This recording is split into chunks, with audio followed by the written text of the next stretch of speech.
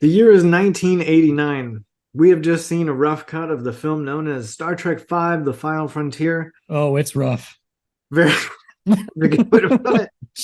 And we have the unenviable task of fixing it. Not remaking it, but Just, fixing oh God. what's there. Wish us luck.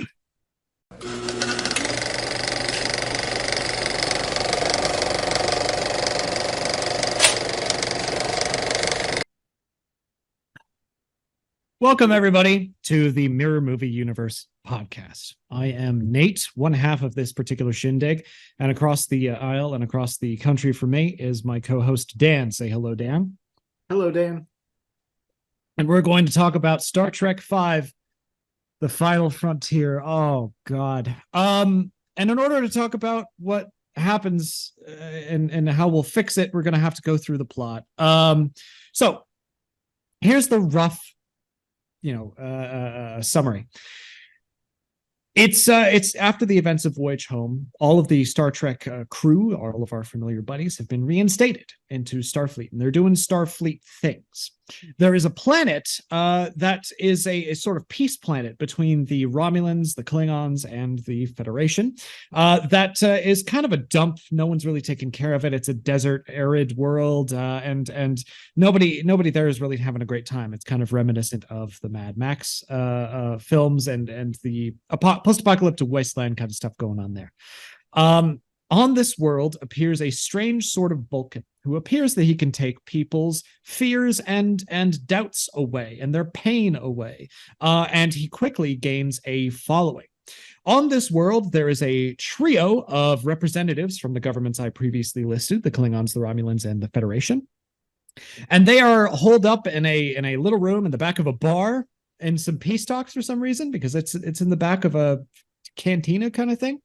And the Vulcan, Sybok, takes them prisoner and starts making demands in exchange for the hostages, because he wants to have a starship to go to the center of the galaxy, I guess.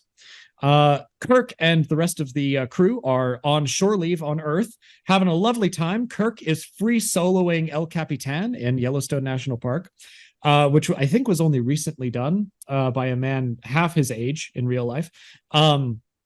At least free soloing it, and they're hanging around a campfire and singing "Row, row, row your boat," I guess. And the Federation hears that there's this hostage situation on this peace planet, and they call Kirk, McCoy, and Spock in from eating beans and singing "Row, row, row your boat," and the rest of the crew to go out and rescue the hostages, because there's no other experienced commanders in the area, I guess.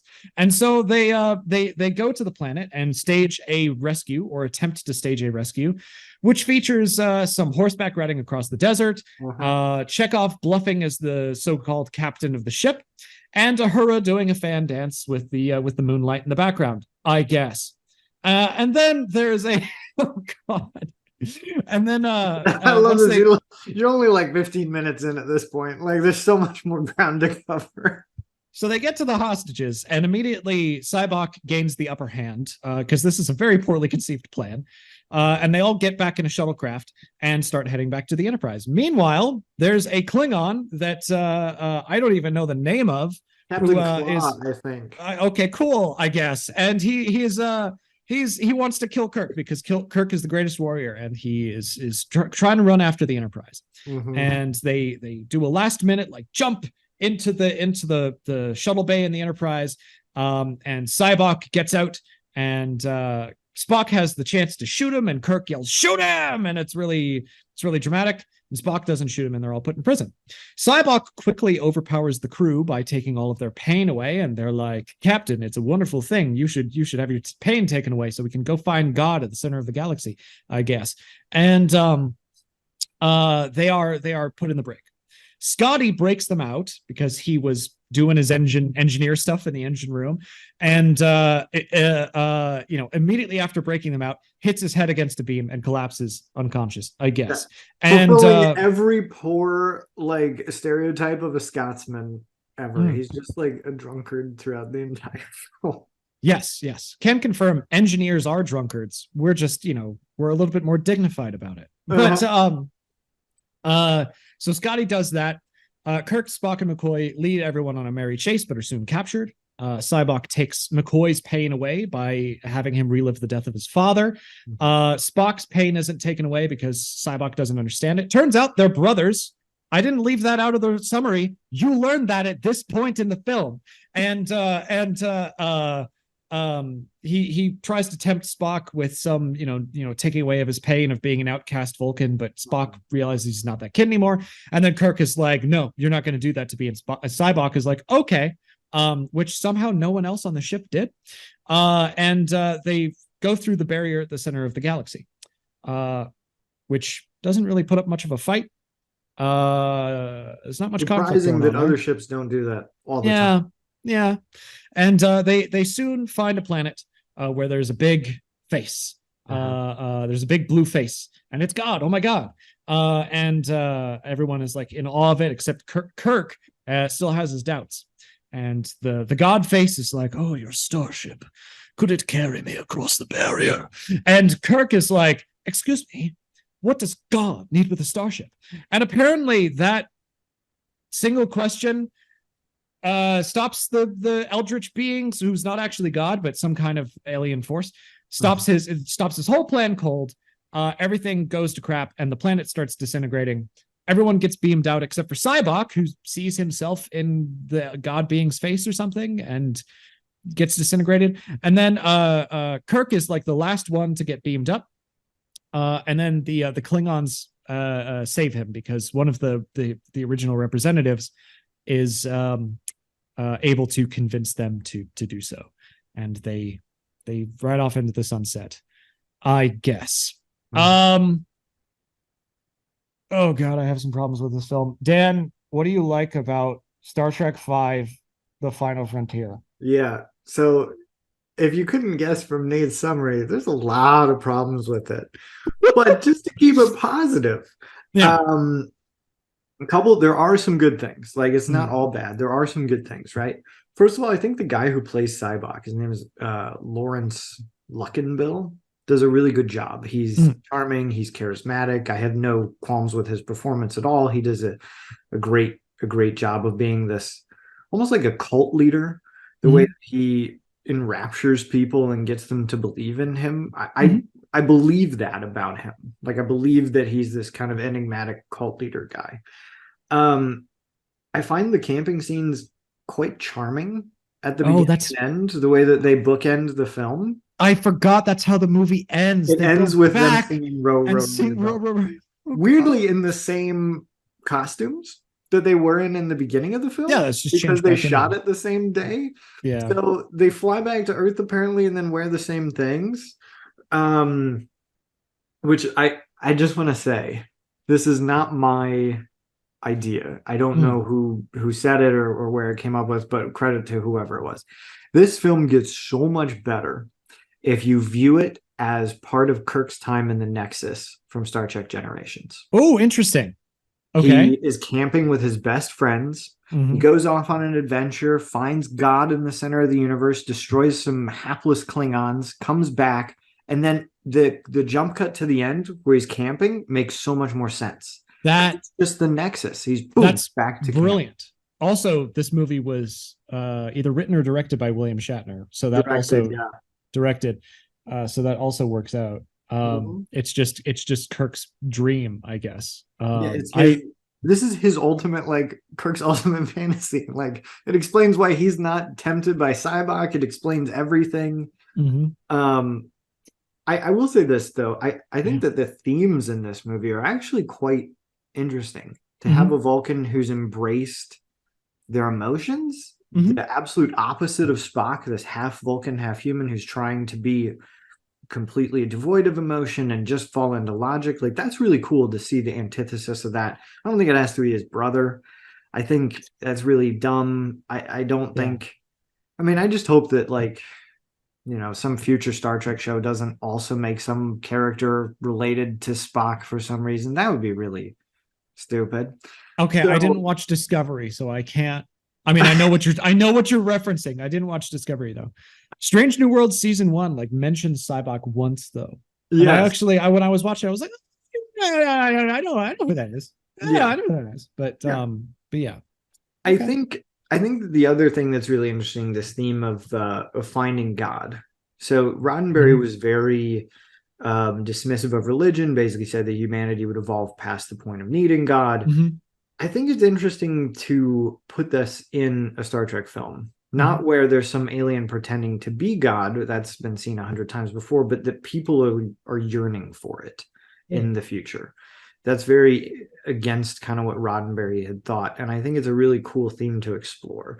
I think that it ends in a very Star Trek way. It's some creature, alien, whatever, trying to Mhm. be God, trapped in this barrier in the center of the universe. But at least it's something to think about and talk about afterward. Mhm. Like, if there are like a gajillion planets and there are like galaxies that span all this way, and if there is life out there, like, what does that mean for our concept of God? I don't know the answers to it, but I think it's fun to think about. That's Yeah, it. I Hmm. no, I didn't even think about that. First of all, I think that your thing about the Nexus is brilliant. Thank you. It's not Because mine, but it's really cool, right? it feels a little bit off, and I never really understood why it felt a little bit off, but Uh-huh. that makes so much sense if it's actually not real. Oh, I'm going to be thinking about that for the rest of this episode. um but the thing about spiritualism, it's really the only bit of like, while Roddenberry was still alive, because I think he died after this one was made. Correct. And it's the only one where they really go full on with spiritualism to the extent that they do while Roddenberry was still alive. Yeah. In Voyager, you get Chakotay being a little bit more spiritualistic, especially compared to Janeway and Tuvok and the rest of the crew. Mhm. But Deep Space Nine, man, it's so like, Dan and I in high school had the same theology teacher, Mhm. Mr. Mangiamelli, and he is the reason why I watched Deep Space Nine, because it has all of these spiritualistic elements, and everything Star Trek before that doesn't really fit, Mhm. but in something like Deep Space Nine, it gets it really, really, really right. Yeah. I love DS9. It's my favorite Star Trek series. We'll probably get hate mail for that, so let's not air that part of the episode. But no, I'm just kidding. I love Deep Space Nine, and I think it tackles the spiritualism stuff right. I think that just because it's undiscovered country and so much about it is tackled in an off tone, I don't think it does a good job, this Yeah. film particularly. Yeah. But yeah, that's super interesting. Uh, what I like about it though, Yeah, personally, I'm interested. What is there anything? Is yeah, I usually have three things. I have two for this one. okay. Here's the main thing. I have a big thing and a little thing. Um, it's hard to pick out stuff that I like. First of all, this is the Star Trek movie that I didn't see as a child. Yeah. I saw all of the rest of them. All the, like, even like, 1, 2, 3, 4. I saw the sixth one at some point, and I watched some of the Next Generation ones when I was a kid. Insurrection was like a Mm, weird favorite of mine. We'll get to that later. I don't yes, we understand will. why. Um, but I didn't see this.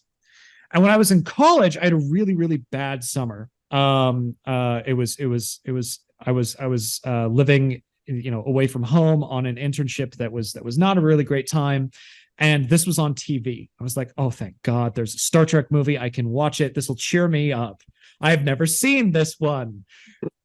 Oh, was Uh-huh. I in for a treat? Yeah. Because it started with a camping scene, and I was like, oh, okay, that's fun, whatever. And then we get to the Sybok thing. I'm like, oh, this is an interesting thing. And then it was when Ahura does her little dance there. Yeah. And I was like, wow, this movie went from good to bad real Yeah. quick, and it stayed down there. And Yeah, it did not. all as soon as that happens, like all like suspension of disbelief just goes out the window. It's like, oh, it's Yeah. just what just gone. Yep. Yeah. So it's hard to find stuff that I like about this movie. The tone is a little bit off, but the best tonal part that I like is when Sybok goes into McCoy's past, and I mentioned this before, Yeah. he has him relive the death of his father because he It's a takes him off beautiful life moment. Yeah. support.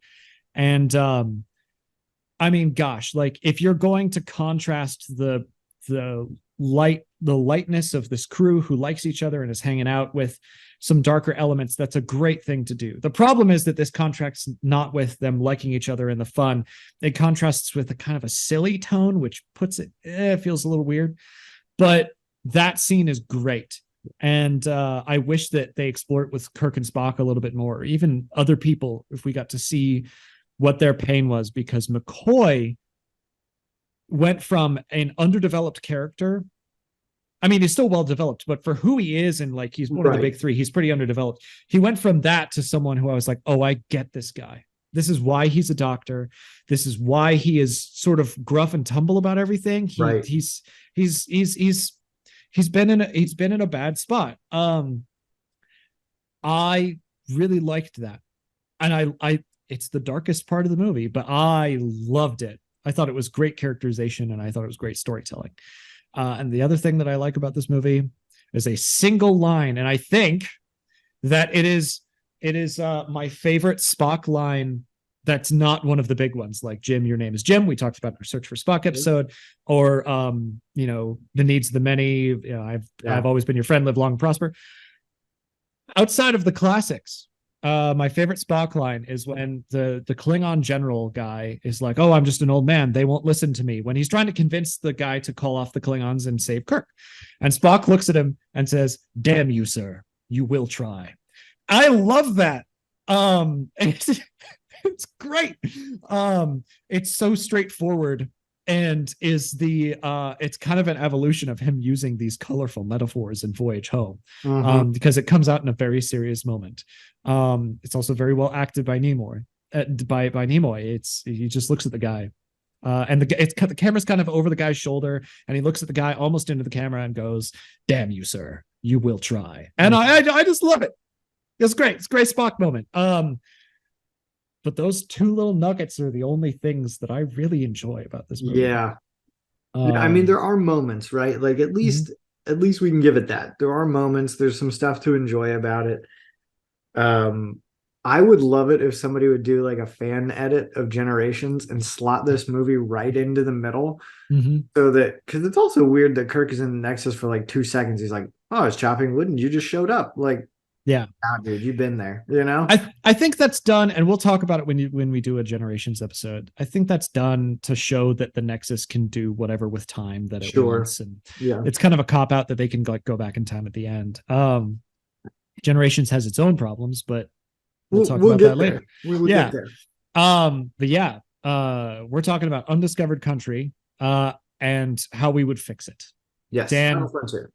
Oh God, I always mix up these two. We're talking about Final Frontier. Okay, the titles of these two I always mix up. Final Frontier. Final Frontier. What would you fix about this movie? Because it can only be a little thing that you can do as a reshoot or an edit or a change. Yeah. I mean, here we go. Okay, what do you do? Here's my take on it. Right. Little bit of trivia to get this teed up here for you. Sure. Nate, do you know roughly how many episodes of the original series were there? 3 seasons, 24 episodes each. I'll ballpark at 66. I don't know. It's closer to 80, actually. There's 26, 27 in a season, closer to 80, but that's fine. How many of those 80 episodes featured Klingons? Oh, like half a dozen, probably. Half a dozen, maybe 10. No. It's only 4 episodes. Okay, so there's Trouble with Tribbles. There's the one where it's called A Private Little War. It's the one where they're giving guns to like primitive people. Huh? There's the Archons, Return of the Archons, I think it's called. It's at the very beginning of it's kind of the first time you see the Klingons when these beings do that. And then there's, I think it's called Day of the Dove. It's when these aliens try to force them to fight, and Kirk and the Klingon have to like laugh to make the alien go away. Yes. A Klingon also appears in the weirdest episode of the original series. I wouldn't call it a Klingon episode, but it's not a Klingon episode in that it's the Abraham Lincoln episode. Oh, sure. But Okay. there's a Klingon who's a bad guy in the episode where it's Kirk, Spock, Abraham Lincoln, and some Vulcan philosopher against some bad guys, and one of them's a Klingon. Okay. I'll accept that by your convention there are 4 though. So Okay. yeah. How many films have Klingons out of the 6? Out of, I mean, counting Undiscovered Country, it's 4, right? Yeah, it's 4. It's too much. My point is that the Klingons are overdone. Mm. It's so much. It's so heavy. And so my original thinking of this was, okay, like, how do we make the Klingons more interesting? Because you said it in your summary, like the why is this Klingon captain doing this? Like, I don't know, he wants to kill Kirk. Like, it I don't even remember his name. So, like, I thought my first thought was like maybe recast him, bring back somebody from the original series, so there's a little bit of antagonism there. But then I thought it's just so done to death. Get rid of them. Cut the Klingons from this film. They're some of the worst special effects shots that get reused. It's and I mean no disrespect to the actors and actresses, but it's very over the top. And there's no real showdown at the end. There's no real battle. There's no real anything. It's just kind of an afterthought. And I really think that you can cut them from this. You can change the shuttle at the beginning a little bit to make that a little bit better, and you can do a little bit of something at the end, like maybe you just have them show up at the end or something, and you can still have your cool moment with Nimoy. But the rest of it, like, just get them out of the movie and make it all focused on the more cerebral parts of it. That's my fix. I don't know. Okay. I've got it's not my fix, but I've got a dash of something to add to that. If you've got the budget to do reshoots instead of edits, you swap the Klingons for the Vulcans. You put the Vulcans in there trying to get Sybok.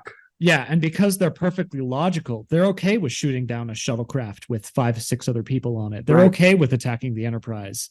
And then they have to be convinced by Spock at the end to save him. Because they are against this notion. And then that, actually, that's really cool. Yeah. And then the antagonistic force is not just guys who want to kill him. It's also people who have taken a stance in the film's central thesis of God or not God. That makes a little sense. But yeah, no, I'm with you. Get the Klingons do nothing in this film. They really don't. They do arguably less than the people in motion picture, because in motion picture they show that V'ger is like scary or whatever, but in this they're just kind of there. Stuff just happens. Stuff just happens, I guess. So yeah, it really does. Like, and I wanted to say too, and then I want to hear your fix. Like, I think that Shatner gets a bad rap for this. Like, he directed it, and a lot of people, like, when a movie doesn't do well, you blame the director. I genuinely feel bad for him. Like, he had a much reduced budget. He had a super truncated shooting schedule. He had a totally different ending planned where they were going to fight these demon lava rock monster things. He wanted 4 of them built.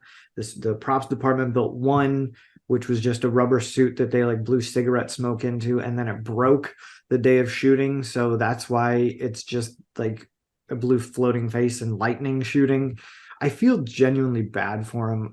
And I think that, like, what he was able to put together is okay. It's kind of like when you work on a project and you're like, oh, I'm really proud of it because of blah, blah, blah, blah, blah, blah, blah. But nobody sees all of that. They just see the end result. So I get it. And I thought about being like, oh, restate his vision, like bring that back. But then I thought, I don't know if that would make it better. Like demon rock monsters. I don't think that would add much. So that's why I went Klingons. All right. What's your fix?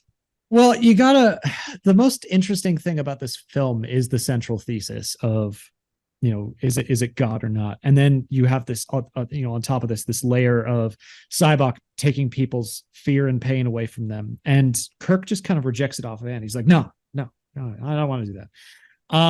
You don't have to have Sybok do it, but in the early camping scene, you should show what that is.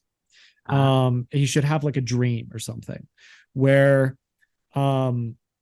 he is afraid of, and maybe kick something off in the early film that makes this happen, like maybe like Dr. Marcus from Wrath of Khan like leaves him or something, like he's getting divorced and he is afraid of the afterlife. He's afraid of being judged, and he has some scary, vision dream that brings this about to the audience. Make Kirk afraid of there being a god, so that if there is an afterlife, he fears that he'll go to hell, basically, or that he'll be judged for his actions. Cool. Bring back as much as you can in the scenes that you can reshoot about decisions that have gotten people killed in the original series or in the films, things that he's guilty about. Like, make him wrestle internally a little bit. And then throughout the rest of the film, he's not just avoiding seeing God because, I don't believe. It's because he's also afraid of it. And whether or not you agree with the central question of the film doesn't matter anymore, because it's more about the character's fear of it. And the last third of the film, as it is, feels like a school field trip. It's like, we're going to go past the Great Barrier. Oh, right. Look, there's but if you make him afraid of it from the beginning, that does a lot more. They kind of do a little bit of this where he's like, oh, I've always known I'll die alone. They try to characterize him a little bit. They try to give him some fear, but it just doesn't work. So make him afraid of there being a god, and make him afraid of judgment in some way. That also ties in with how he's, an aging man, and he's, done all of these things in his past.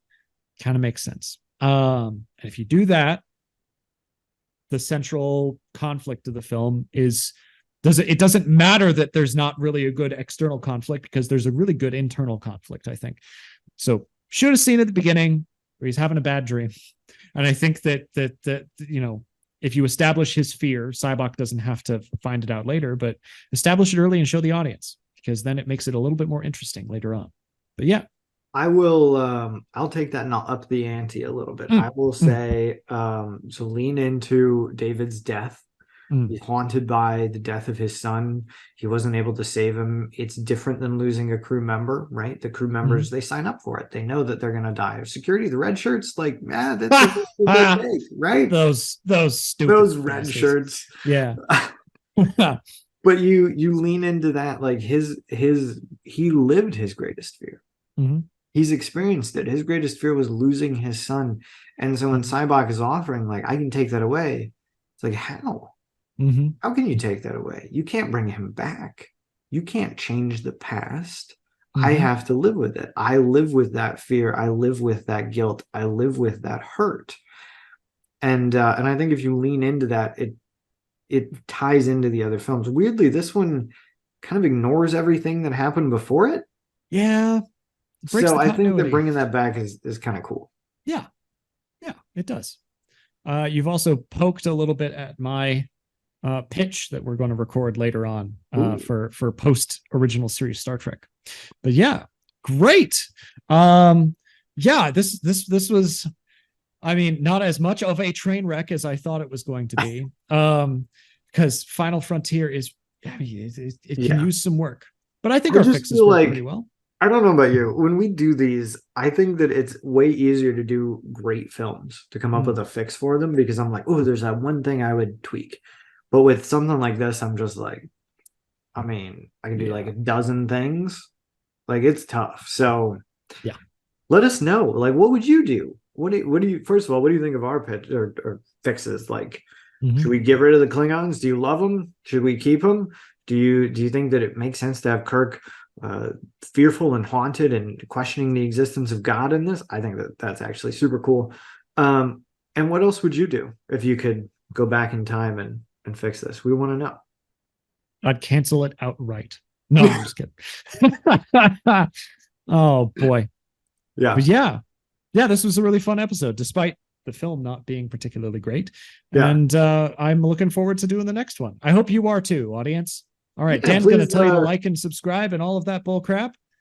Tell him to like and subscribe and all that bull yada, yada, yada. See us. We'll see you the next time we do one of these. Thank you. All right.